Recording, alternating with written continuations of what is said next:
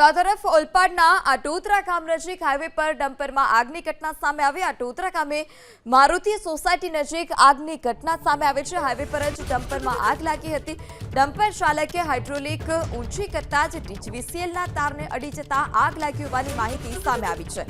આગ લાગતા જ અફરાતફરીનો માહોલ સર્જાયો હતો। આગ લાગતા ડમ્પરમાં ડ્રાઈવર સમયસૂચકતા વાપરી ત્યાંથી કૂદી જતા તેનો આપાત બચાવ થયો છે। ઘટનાની જાણ થતાં જ ફાયર વિભાગની ટીમ પણ ઘટના સ્થળ પર પહોંચી હતી।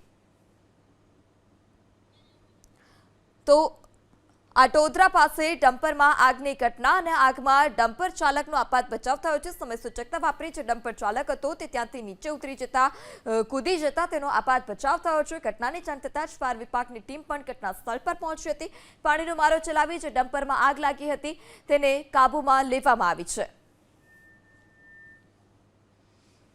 તો હાઇડ્રોલિક ઊંચી કરી દેતા જ જે ડીજીવીસીએલનો તાર હતો ત્યાં અડી ગઈ હતી અને જેને કારણે આ આગ ભભૂકી હતી। ડમ્પરમાં વિકરાળ આગ લાગી હતી જેને લઈ થોડીવાર માટે હાઈવે પર પણ અફરાતફરીનો માહોલ સર્જાયો હતો। ઘટનાની જાણ થતાં જ ફાયર વિભાગની ટીમ પણ ઘટના સ્થળ પર પહોંચી હતી અને ડમ્પરમાં જે આગ લાગી હતી તે આગને કાબૂમાં લેવાના પ્રયાસ કરાયા।